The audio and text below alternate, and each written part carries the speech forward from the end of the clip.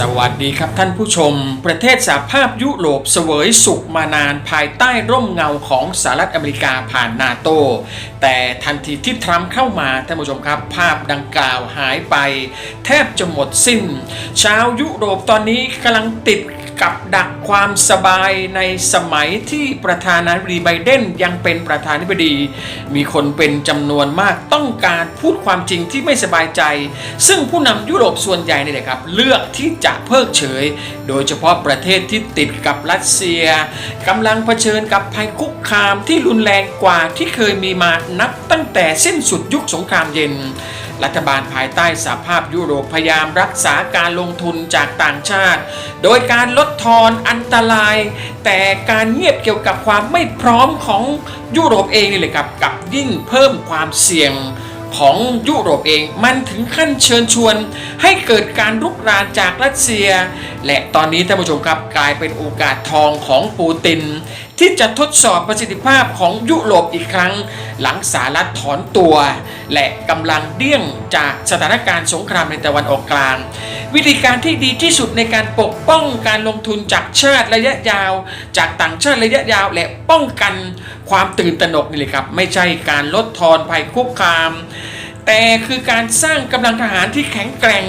พอที่จะยับยั้งและหยุดยั้งการบุกรุกแบบบ้าระห่ำอย่างรัสเซียได้แม้ว่ารัสเซียจะสูญเสียศักยภาพทางเศรษฐกิจในระยะยาวไปมากนี่แหละครับเพราะว่าสงครามที่ล้มเหลวในยูเครน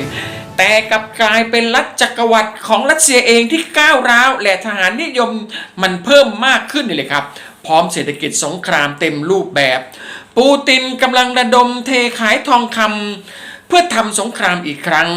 มอสโกผลิตกระสุนสำคัญได้มากกว่าสหภาพยุโรปและยังครองความเหนือกว่าในสงครามโดรนไร้คนขับโดยสิ่งที่ต้องสูญเสียน้อยกว่าและประสบการณ์การรบที่มากกว่ารัสเซียก่อภัยคุกคามที่จะเกิดขึ้นทันทีต่อเพื่อนบ้านมันต้องการการครอบงำยุโรปท่านผู้ชมครับรัสเซียยังสามารถระดมกำลังพลสร้างหน่วยทหารมากพอที่จะขู่อาณาจักรเพื่อนบ้านได้แม้ในขณะที่กำลังทำสงครามกับยูเครนก็ตามนอกจากนี้ท่านผู้ชมครับหากสงครามในยูเครนหยุดชะงักหรือว่าสิ้นสุดลง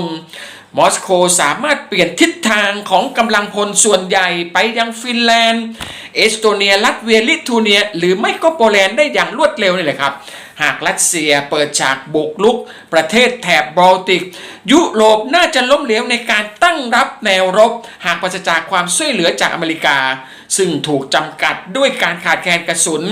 และระบบโลจิสติกในยามสงครามอย่างรุนแรงท่านผู้ชมครับยุโรปจะ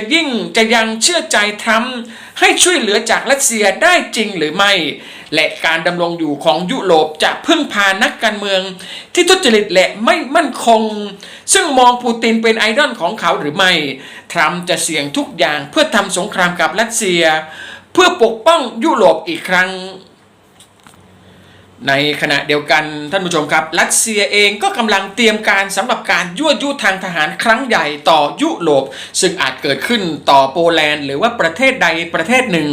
ในแถบทะเลบอลติกสหรัฐเตือนโปแลนด์ว่ารัสเซียกำลังเตรียมการยั่วยุทางทหารในช่วงหลายเดือนข้างหน้านี่เลยครับสื่อเทเลกราฟและหนังสือพิมพ์โปแลนด์โอเน็ตรายงานโดยอ้างแหล่งข่าวกรองเป้าหมายของรัสเซียท่านผู้ชมมันอาจเป็นโครงสร้างพื้นฐานที่สำคัญ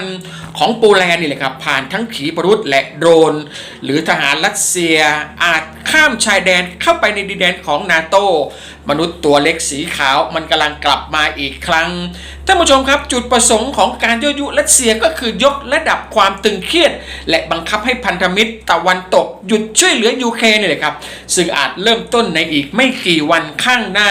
แหล่งข่าวจากหน่วยข่าวกรองความมั่นคงโปแลนด์ยังไม่ปฏิเสธความเป็นไปได้ของการโจมตีแบบดั้งเดิมมากขึ้นนี่แหละครับเช่นการบุกรุกทางบกขนาดเล็กโดยทหารรัสเซียเข้าไปในแนวตะวันออกของนาโต้นี่แหละครับตามแหล่งข่าวหน่วยข่าวกรองความมั่นคงของโอเน็ตสถานการณ์ยั่วยุอาจรวมถึงการโจมตีด้วยโดรนต่อโครงสร้างพื้นฐานสำคัญเช่นโรงไฟฟ้าหรือว่าการโจมตีทางอากาศจำลอง ซึ่งบังคับให้โปแลนด์ต้องเปิดใช้งานระบบป้องกันภัยอากาศแหล่งข่าวกองโปแลนด์ระบุอีกนะครับว่าในสถานการณ์ที่รุนแรงที่สุดนี่เลยครับอาจเกิดการโจมตีแบบไฮบริดในพื้นที่ชายแดนตามแหล่งข่าวเดียวกันการบุกรุกทางอาวุธที่เกี่ยวข้องกับทหารรัสเซียหรือเบลารุสนี่เลยครับมีความเป็นไปได้มากที่สุดซึ่งรัสเซียอาจนำเสนอเป็นการข้ามแดนโดยไม่ได้ตั้งใจนี่เลยครับเนื่องจากความผิดพลาดของ GPS หรือเป็นภารกิจกู้ภัยที่น่าสงสัยเพื่อดึงเฮลิคอปเตอร์ที่เสียหายกลับมานี่เลยครับแหล่งข่าวโปแลนด์บอกกับโอเน็ตว่ารัสเซียหวังว่าในสถานการณ์เช่นนี้นี่เลยครับแทนที่นาโต้จะยิงใส่ทหารรัสเซียหรือเบลารุสสหรัฐจะกดดันให้โปแลนด์เลยครับเจรจากับรัสเซียหรือเบลารุสแทนการตอบโต้ด้วยกำลังทหารสถานการณ์ที่รัสเซียถอนตัวจากโปแลนด์ผ่านการเจรจาเหล่านี้ท่านผู้ชมครับแทนที่จะถูกบังคับด้วยกำลังทหารจะถูกมองว่าเป็นชัยชนะในมุมมองของมอสโกและปูตินนี่แหละครับจะอาศัยประโยชน์ของการเอาชนะนาโต้ไปขยายสงครามต่อไประหว่างการเจรจาเหล่านี้ท่านผู้ชมครับเพื่อแลกเปลี่ยนกับการถอนกำลัง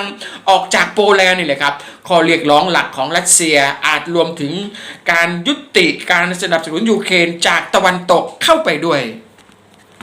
สำหรับการโจมตีใดๆจากทางบกของรัสเซียอาจถูกเปิดตัวจากแคลินินกราดดินแดนติ่งของรัสเซียกลางห้อมล้อมของชาตินาโต้เหนือโปแลนด์เลยครับซึ่งมีอาวุธนิวเคลียร์ทางยุทธวิธีประจำการอยู่หรือจากทางตะวันออกผ่านดินแดนเบลารุสวิธีการเหล่านี้ท่านผู้ชมครับเป็นวิธีที่สมจริงเพียงอย่างเดียวของรัสเซียในการจัดฉากการยั่วยุเพราะว่ากำลังพลของรัสเซียยังติดขัดอยู่ในยูเครนซึ่งขาดทรัพยากรในการทำสงครามเต็มรูปแบบกับพันธมิตรหรือนาโต้แม้ว่าโปแลนด์จะยังคงเป็นพันธมิตรความมั่นคงที่มุ่งมั่นของยูเครนแต่ความสัมพันธ์ที่ตึงเครียดในช่วงพักหลังผ่านเรื่องมุมมองนี่เลยครับที่แตกต่างกันเรื่องประวัติศาสตร์มันทำให้ทั้งสองนี่เลยครับกำลังปีนเกลียวกันเป้าหมายของรัสเซียคือการบ่อนทำลายอธิปไตยของโปแลนด์มันแสดงให้นาโต้เป็นเสือกระดานนี่เลยครับและบังคับให้หยุดการสนับสนุนยูเครนจากตะวันตกนะครับทั้งหมดนี้รัสเซียอาจไม่ต้องการทำสงครามขนาดใหญ่แต่เพื่อกดดันยุโรปนี่แหละครับให้เลิกการสนับสนุนยูเครนเท่านั้นมันเลยทำให้ความเคลื่อนไหวรอบๆติ่งรัสเซียคาลินินกราดนี่แหละครับมันร้อนระอุมา3 วันติดกันแล้วท่านผู้ชมครับคาลินินกราดนั้นถูกสร้างขึ้นมาเพื่อเป็นป้อมปราการอันยิ่งใหญ่ของรัสเซียที่ว่าป้องกันนาโต้ไว้ข้างนอกนี่แหละครับตอนนี้มันดูเหมือนนาโต้กำลังใช้เวลาแต่ละวันนี่แหละครับฝึกซ้อมวิธีการบุกเข้าไปมากกว่าเรากำลังพูดถึงเครื่องบิน AWACS การเติมเครื่องบินเติมเชื้อเพลิงกลางอากาศเครื่องบินสงครามอิเล็กทรอนิกส์เครื่องบิน F-35 พร้อมโจมตีนะครับชุดอุปกรณ์ครบครันทั้งหมดแหละเมื่อนำชิ้นส่วนเหล่านี้มาประกอบกันแล้วท่านผู้ชมครับเราจะพบว่ามันมีบางอย่างน่าสงสัยราวกับว่ามันคือการซ้อมใหญ่สำหรับการรับมือกับเครือข่ายป้องกันภัยอากาศที่ซับซ้อนของรัสเซียนั่นไม่ได้หมายความว่านาโต้กำลังวางแผนโจมตีแต่หมายความว่าพันธมิตรนี่แหละครับกำลังขัดเกลาฝึกซ้อมความสามารถที่สำคัญอย่างยิ่งเพื่อรับมือกับเทคโนโลยีของรัสเซียผ่านคาลินินกราดซึ่งแผนที่ในบริเวณแถบทะเลบอลติกมันเปลี่ยนไปโดยสิ้นเชิงด้วยสวีเดนและฟินแลนด์นี่แหละครับเมื่อเข้าร่วมกับนาโต้ทะเลบอลติกมันจึงไม่ใช่พื้นที่ที่รัสเซียสามารถเคลื่อนไหวครองหน้าน้ำได้อิสระอีกต่อไปรวมถึงคาลินินกราดอีกด้วยเขตแดนนี้ยังคงติดอาวุธหนักแต่ยิ่งรัสเซียยัดเยียดของเข้าไปมากเท่าไหร่เลยครับมันยิ่งรวมทุกอย่างไว้ในกระเป๋าชาตินาโต้แทบเป็นไปไม่ได้เลยครับที่รัสเซียจะเสริมกำลังหรือว่าส่งเสบียงหากสถานการณ์เลวร้ายลงเยอรมนีตั้งเป้าแล้วว่าสงครามถ้าเกิดขึ้นนี่แหละครับจะยึดคาลินินกราดเป็นที่แรกคาลินินกราดถูกสร้างขึ้นเพื่อข่มขู่ให้เกิดความหวาดกลัวต่อนาโต้ตอนนี้มันเริ่มดูเหมือนตัวประกันที่ถูกโหลดน้ำหนักมากเกินที่สุดของรัสเซีย ท่านผู้ชมครับมันมีข่าวด่วนเข้ามาล่าสุดนะครับว่ารัสเซียตอนนี้ได้ประจำการเรือรบติดขีปนาวุธล่อนรวมถึงขีปนาวุธไฮเปอร์โซนิกใกล้กับเกาะเยอรมันในทะเลบอลติกแล้วรัสเซียเริ่มเคลื่อนไหวเรือรบเข้ามาในบริเวณคาลินินกราดเพิ่มมากขึ้นรัสเซียอาจกำลังเสริมกำลังบำรุงทางทหารรวมถึงโดรนและขีปนาวุธนี่แหละครับเข้ามาในดินแดนติ่งรัสเซียแห่งนี้เพื่อเตรียมความพร้อมหากต้องเผชิญหน้ากับยุโรปแบบจริงจังขณะเดียวกันท่านผู้ชมครับความเคลื่อนไหวของชาตินาโต้ซึ่งตอนนี้เริ่มชัดเจนเลยนะครับว่ากำลังฝึกซ้อมรอรับเหตุการณ์ที่ไม่คาดฝันในพื้นที่คาลินินกราดนาโต้กำลังเข้าสู่วันที่3ของปฏิบัติการทางอากาศขนาดใหญ่เหนือคาลินินกราดอีกครั้งและครั้งนี้ราวกับว่ามันยังไม่ใช่นะครับสิ่งทั้งหมดที่เขาดึงข้างมาทั้งหมดเลยครับไปทางเหนือและลงมาทางเหนือของโมลโดวาด้วยมันเริ่มดูเหมือนว่ามีคนกำลังทดสอบปุ่มทุกปุ่มบนหน้าจอนี่แหละครับเพื่อดูว่าเกิดอะไรขึ้นบ้างหลายฝ่ายกำลังจับตามองเกิดอะไรขึ้นนั่นคือคำถามใหญ่ท่านผู้ชมครับเมื่อนาโต้นี่แหละครับส่งเครื่องบินขยายวงกว้างขนาดนี้ขนาดเงียบขนาดนี้มันหมายความว่ามันมีบางสิ่งบางอย่างนี่แหละครับกำลังเคลื่อนไหวไม่ว่าจะเป็นการทดสอบความพร้อมแบบกดดันหรือว่าพวกเขานี่แหละครับกำลังส่งข้อความที่ชัดเจนมากถึงมอสโกว่าเราอยู่ที่นี่เห็นทุกอย่างและเรายังมีเชื้อเพลิงสำหรับอีกอย่างน้อย3วันท่านผู้ชมครับนาโต้จัดแสดงสัญญานุภาพรอบคาลินินกราดอีกครั้งตอนนี้ตามรายงานของไรเวลนะครับสื่อเยอรมันกลุ่มเครื่องบินของนาโต้ทั้งหมดตอนนี้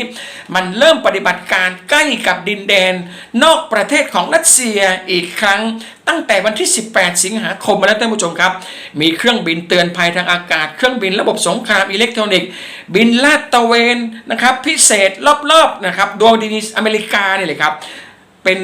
ผู้นำในการปฏิบัติการในครั้งนี้นะครับดูเหมือนว่าสถานการณ์ตอนนี้ท่านผู้ชมครับการรวมตัวของเครื่องบิน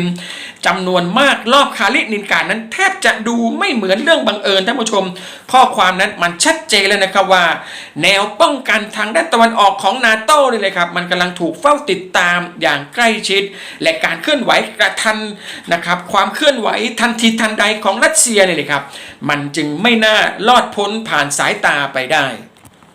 ในขณะเดียวกันท่านผู้ชมครับความพยายามของยุโรปมันก็ชัดเจนแล้วนะครับว่าด้วยการสนับสนุนยูเครนนี่แหละครับให้ช่วยบั่นทอนศักยภาพของรัสเซียผ่านสงครามยาวนานกว่า4ปีสงครามยิ่งยืดเยื้อนี่แหละครับรัสเซียจะยิ่งอ่อนแอมันกลายเป็นเหตุผลสำคัญที่ยุโรปนี่แหละครับสนับสนุนยูเครนไม่ให้อ่อนข้อแต่ภายหลังสหรัฐติดลมสงครามในตะวันออกกลางอาวุธยุทโธปกรณ์นะครับถูกเคลื่อนย้ายจากยุโรปไปตะวันออกกลางเป็นจำนวนมากเลยครับมันกลายเป็นโอกาสทองที่ปูตินนี่แหละครับจะไม่ปล่อยให้หลุดมือการบุกยุโรปตามที่เขาตั้งใจไว้นี่เลยครับเพราะถ้าไม่ทำตอนนี้ท่านผู้ชมครับปูตินจะไม่มีโอกาสที่ดีที่สุดอีกแล้วมันเป็นเหตุการณ์ที่พอเหมาะพอเจาะแบบนี้อีกครั้งนี่เลยครับหน้าต่างแห่งโอกาสที่กำลังเปิดกว้างที่สุดปูตินต้องบุกยุโรปแล้วล่ะครับก่อนที่หน้าต่างแห่งโอกาสนั้นมันจะปิดลงและตอนนี้สัญญาณทุกอย่างมันชัดเจนแล้วนะครับว่าปูตินกำลังเตรียมการลุกชาติใดชาติหนึ่งของประเทศพันธมิตรนาโต้ในยุโรปร่วมแสดงความคิดเห็นผ่านช่องทางคอมเมนต์ด้านล่างได้เลยครับ